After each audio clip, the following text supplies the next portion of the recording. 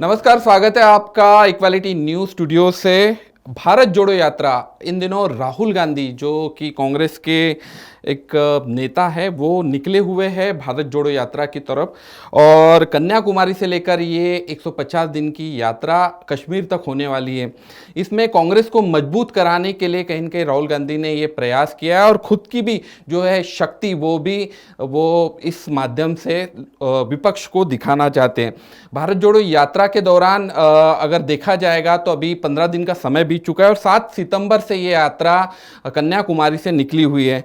कल अगर बात की जाएगी तो महाराष्ट्र के कांग्रेस के प्रदेश अध्यक्ष नाना पटोले ने एक बयान दिया। इस यात्रा पर जब उनको सवाल पूछा गया तो उन्होंने कहा कि ये यात्रा, राहुल जी की जो यात्रा है वो भगवान श्री राम, स्वामी शंकराचार्य की अगर बात की जाए, जगत गुरु शंकराचार्य की बात की जाए, और स्वामी रामदास की जो यात्रा जो हुई, उन्होंने जो यात्रा की भारत को जोड़ने के लिए, उस यात्रा से इसको जोड़ दिया।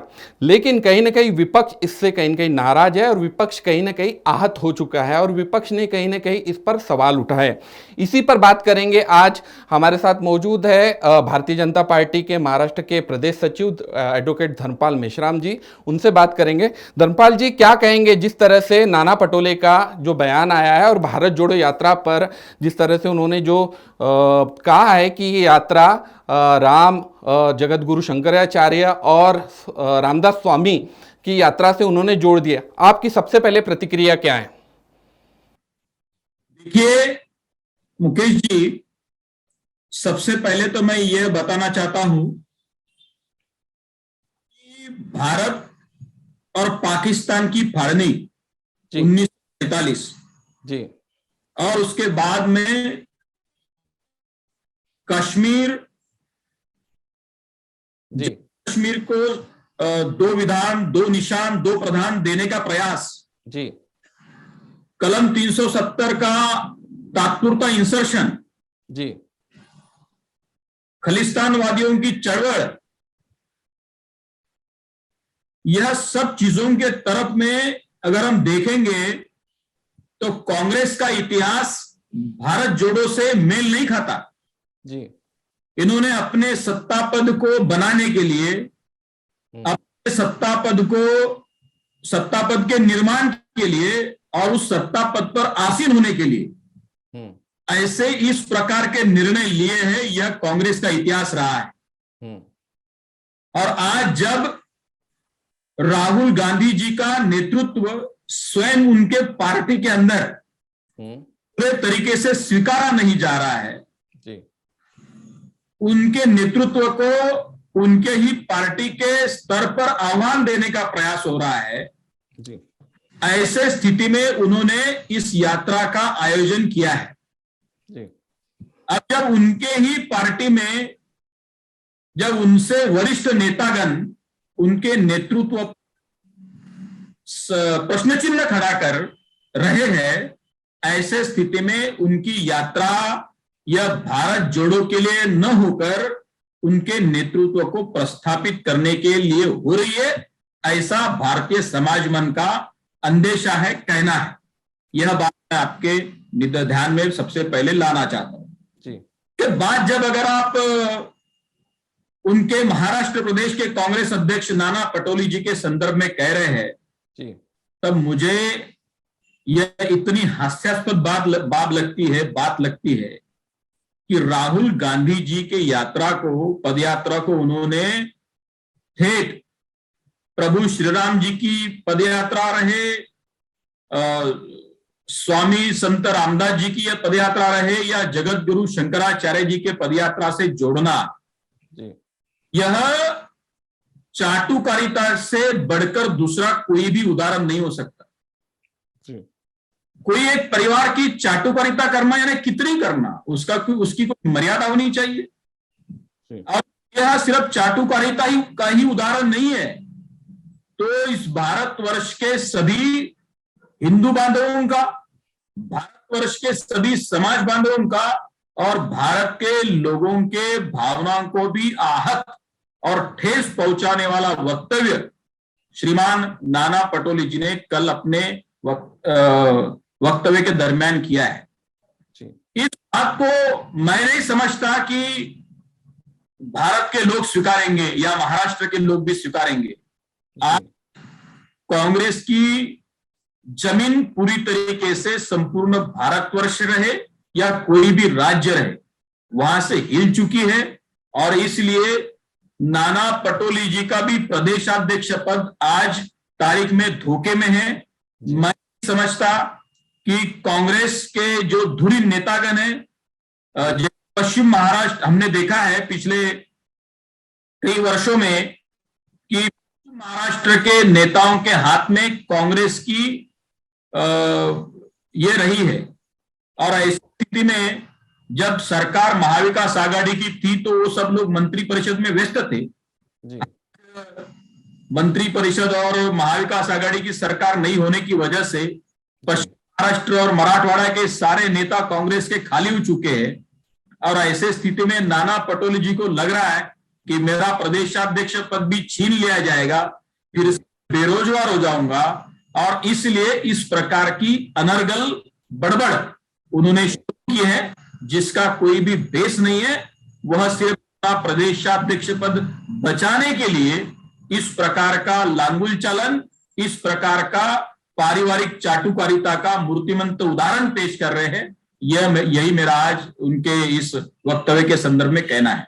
धर्मपाल जी, अगर देखा जाएगा आपने जिस शब्द का उपयोग किया ये तो हर पार्टी में किया जाता है। अपने बड़े नेताओं की अगर तारीफ करना अगर चाटुकारिता होती है या किसी पद पर जाना या किसी पद को बचाने के लिए आपने जिस तरह से आरोप किया है, उस पद को बचाने के लिए अगर कोई छोटा नेता अपने बड़े नेताओं की अगर तारीफ कर लेते तो क्या उसे चाटुकारिता ही कहेंगे? ये तो सारी पार्टियों का है, फिर शायद बीजेपी भी इससे छूती नहीं रही।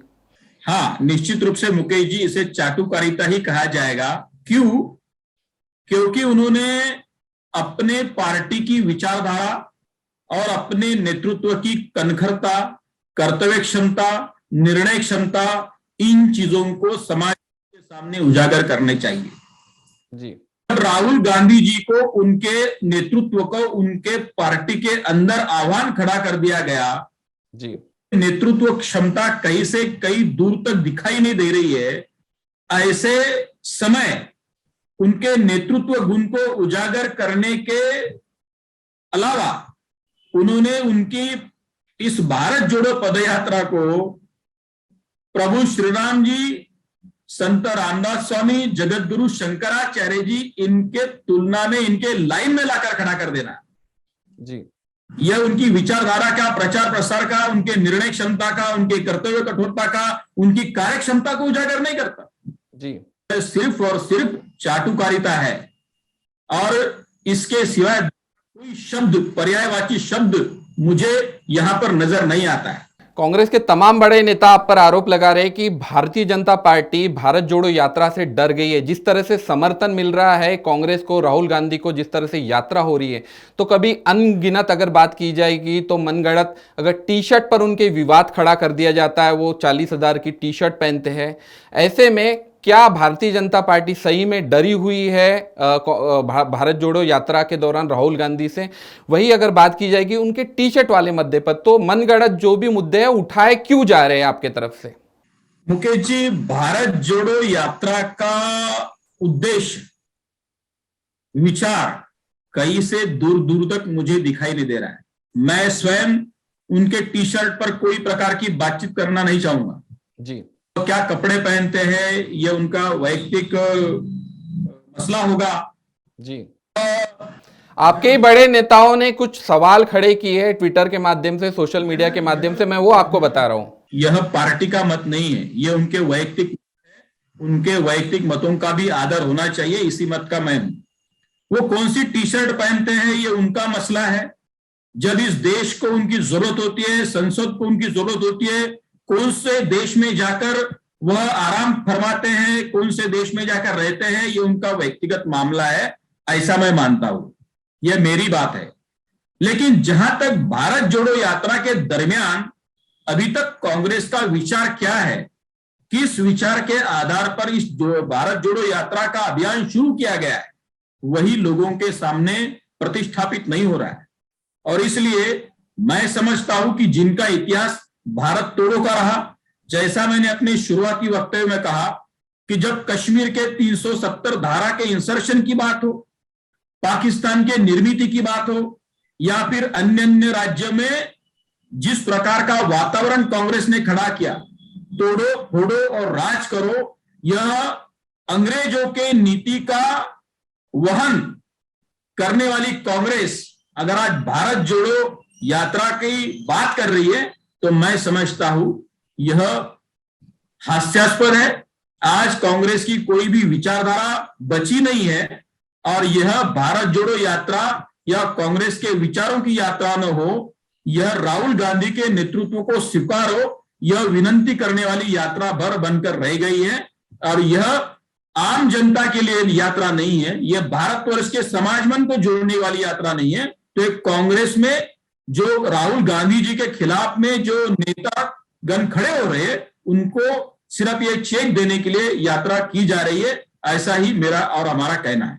धर्मपाल जी, आप इस बात का भी समर्थन नहीं करते कि अगर बात की जाएगी इस देश की स्वतंत्रता की, तो अमृत महोत्सव, आजादी का अमृत महोत्सव अभी अभी मनाया, 75 वर्ष हो गए, उसी कांग्रेस ने इस देश को आजादी दिला दी, ऐसा भी कहा जाता है। कई सारे तमाम नेता भी थे उसमें, कई लोगों ने सपोर्ट भी किया। तो क्या आपने भारत तोड़ो यात्रा का अगर बात किया, उल्लेख किया है, तो क्या आप इस बात का समर्थन नहीं करते कि जिस कांग्रेस ने स्वतंत्रता दिलाने में अहम भूमिका निभाई थी, वो आज वो रही नहीं? उसी कांग्रेस, क्या गांधी जी के नेतृत्व वाली कांग्रेस, लोकमान्य तिलक जी के नेतृत्व वाली कांग्रेस, एनी बेजेंट ने जिसकी मुहूर्त में रोई थी वो कांग्रेस, या उसके बाद में शरद पवार जी के नेतृत्व वाली राष्ट्रवादी कांग्रेस, या ममता बनर्जी के नेतृत्व वाली तृणमूल कांग्रेस, या फिर अभी सोनिया गांधी जी के नेतृत्व वाली राष्ट्रीय कांग्रेस? आप कौन से कांग्रेस की बात कर रहे हैं? कांग्रेस यह पार्टी न होकर यह जन आंदोलन था, जिसमें भारतवर्ष का हर एक नागरिक, हर समाज का आदमी, हर धर्म का, चाहे वह कोई भी पूजा पद्धति को मानता हो, वह आदमी उस जन आंदोलन में, स्वतंत्रता के जन आंदोलन में शामिल था। वह कांग्रेस और आज की पॉलिटिकल विचारधारा वाली कांग्रेस, जो राजकीय विचार लेकर जा रही आगे, वह कांग्रेस, आप कौन से कांग्रेस की बात कर रहे हैं? इसलिए मैं समझता हूं कि आज यह जो कांग्रेस है, यह कांग्रेस के स्वतंत्रता के आंदोलन में क्या हिस्सेदारी थी? कौन सी हिस्सेदारी थी? अगर तृणमूल कांग्रेस की ममता बनर्जी कहेंगे कि हमारा आंदोलन था, तो क्या आप मान लेंगे? या फिर राष्ट्रवादी कांग्रेस के सर्वेसर्वा पवार साहब कहेंगे कि उनका योगदान था स्वतंत्रता के इतिहास में, तो कौन सी कांग्रेस? तो जब इस देश के सामान्य आदमी जो उस स्वतंत्रता के जन आंदोलन में शामिल हुआ था, भगत सिंह, राजगुरु जैसे लोगों ने फांसी ली थी, नेताजी सुभाष चंद्र बोस जी ने पैरेलल मिलिट्री फोर्स खड़ा किया था, कौन सी कांग्रेस? यह तो सवाल मेरे मन में है और मैं समझता हूं कि आज देश के 125 करोड़ आबादी के मन में भी निश्चित रूप से होगा। इसलिए इस कांग्रेस की तुलना उस जन आंदोलन से करना यह छलावा होगा। और इसलिए योगेश जी सिर्फ एक पॉलिटिकल पार्टी है, यह सिर्फ आज राहुल गांधी जी के नेतृत्व को मान्यता प्राप्त करने के उद्देश्य से और उनके खिलाफ में जो एक विरोधाभास, एक आह्वान जो कांग्रेस अंतर्गत राजनेताओं ने खड़ा किया है, उनको रोकने भर के लिए इस यात्रा का निर्माण किया गया है और यह यात्रा चल रही है, ऐसा ही मेरा और हमारा शायद मानना है। एक अंतिम सवाल आपसे, भारत जोड़ो यात्रा का अगर उल्लेख हो रहा है तो बीजेपी पर भी कहीं न कहीं आरोप हो रहे हैं कि कांग्रेस तोड़ो की पॉलिसी वो अपना रही है, क्या जवाब देंगे आप? हमारा कोई मकसद कांग्रेस तोड़ो का रहा नहीं। कल ही अगर गोवा के विधायकों का अगर खबर की अगर उल्लेख कर लेते हैं तो उसमें कहीं ना कहीं थोड़ी बहुत पूरा जो आरोप जो है भारतीय जनता पार्टी पर जाता है कि जिस तरह से विधायक को खरीदा गया है। देखिए, राजनीति में खरीद फरोख्त के आरोप कल भी लगे थे, आज भी लगेंगे और भविष्य में भी रुकने वाले नहीं है। यह आरोप है और हर आरोप के आप अगर समझते हैं, ऐसा लगता है, तो उसकी ठीक रूप से जानकारी लीजिए, उसकी ठीक रूप से। आरोप की बात कर रहा हूं, मैं खुद बोल नहीं रहा, यहाँ ऐसे आरोप लगे हैं, मैं ये मैं जजमेंट नहीं दे रहा, मैं आरोप की बात कर रहा हूं आप पर। आरोपों का क्या जवाब देना? आरोप कल भी लगते आए थे, आज भी लगेंगे, भविष्य में भी लगेंगे।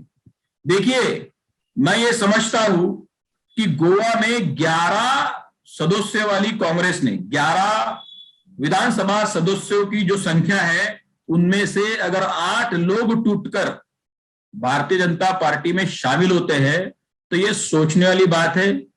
एक आदमी हो जाएगा, दूसरा होगा, तीसरा होगा, पर ये मोर देन 3/4, 3/4 संख्या से भी ज्यादा विधानसभा सदस्य जिनको वहां के लोगों ने चुनकर दिया है, ऐसे लोग अगर कांग्रेस से निकलते हैं तो मैंने जैसे अपने वक्तव्य में पहले कहा है कि राहुल गांधी का नेतृत्व ही स्वीकारा नहीं जा रहा है, उनकी निर्णय क्षमता पर ही प्रश्न चिन्ह है। इसीलिए तो यह लोग उठकर सेवा भाव से और अपने राजकीय भविष्य उनको सुरक्षित करने की दृष्टि से यह लोग पलायन कर रहे हैं। जब राहुल गांधी जी स्वयं अपने नेताओं को, कार्यकर्ताओं को, लोक प्रतिनिधियों को संभाल नहीं पा रहे हैं, वह भारत जोड़ो यात्रा का झंडा लेकर चलना, इसलिए मैं कह रहा हूं कि यह सारी चीजें पूरी तरीके से हास्यास्पद है और इसलिए लोगों ने ही इसका जवाब अपने कृति से दे रहे, ऐसा मेरा मानना है। पहले सवाल का जवाब नहीं दिया, कांग्रेस तोड़ों का आरोप लग रहा है भारतीय जनता पार्टी पर। मैंने बोला ना, यह आरोप है। और कांग्रेस क्यों टूट रही है? क्यों? उन्होंने अपने राजकीय भविष्य की सुरक्षितता के लिए, उन्होंने अपने मतदार संघ में जिन मतदारों ने उनको चुनकर दिया है, उनके मतदारों के विकास कार्य के लिए उन्होंने अपने पार्टी का बैनर छोड़कर भारतीय जनता पार्टी में वो लोग शामिल हुए, कुछ उद्देश्य से शामिल हुए। तो यह जो है, यह भारतीय जनता पार्टी का कार्य नहीं है कि हमने कांग्रेस को नहीं तोड़ा है, कांग्रेस ने स्वयं को तोड़कर वह भारतीय जनता पार्टी में शामिल हुई है। देखिए, इसलिए कांग्रेस तोड़ो यह कोई भारतीय जनता पार्टी का नारा नहीं है और हमारा कोई इसमें रोल नहीं है। कांग्रेस स्वयं टूट रही है, उनका जो अपरिपक्व नेतृत्व है राहुल गांधी जी के रूप में, एक बचकाना नेतृत्व है राहुल गांधी जी के रूप में, जिनको इस देश की भाषा नहीं समझती, जिनको इस देश का समाज मन नहीं समझता, ऐसे नेतृत्व के हाथ में इस देश की, बहुत दूर की बात है, अपने पार्टी की बागडोर देना उनके पार्टी के लोग नहीं चाहते और इसलिए वह स्वयं फूटकर भारतीय जनता पार्टी में शामिल हो रहे हैं। बहुत बहुत शुक्रिया धनपाल जी हमसे जुड़ने के लिए। तो ये थे भारतीय जनता पार्टी के प्रदेश सचिव महाराष्ट्र के एडवोकेट धनपाल मेश्राम जी, जो हमसे रूबरू हो रहे थे। खासतौर पर अगर बात की जाएगी तो कल ही नाना पटोले जो प्रदेश अध्यक्ष है कांग्रेस के, उनका बयान आता है कि जिस तरह से राहुल गांधी की भारत जोड़ो यात्रा है वो कहीं ना कहीं महापुरुषों से वो जोड़ देते, जिसमें प्रभु राम, स्वामी जगतगुरु शंकराचार्य, स्वामी रामदास जी के यात्रा से जुड़ जाते हैं। उसके बाद में कहीं ना कहीं विपक्ष इससे नाराज होता है, विपक्ष की भावनाओं को आहत होता है ना, और इस पर ही हम आज बात कर रहे थे। धनपाल जी ने साफ तौर पर कहा कि ये चाटुकारिता है और अपनी कुर्सी बताने के लिए, अपना पद बचाने के लिए कहीं ना कहीं नाना पटोले इस तरह की रणनीति अपना रहे हैं। वही राहुल गांधी के भारत जोड़ो यात्रा पर भी उन्होंने कहीं ना कहीं सवाल खड़े कर दिए कि अपना नेतृत्व बचाने के लिए कहीं ना कहीं राहुल गांधी ने ये सारी चीज़ें की है और अपनी शक्ति कहीं ना कहीं देखना चाहते हैं और ये उसमें शायद वो कामयाब नहीं होगी। तो बहुत बहुत शुक्रिया धनपाल जी हमसे जुड़ने के लिए। तो बने रहिए हमारे साथ, आपसे फिर मुलाकात होगी इक्वालिटी न्यूज़ में। तब तक के लिए नमस्कार।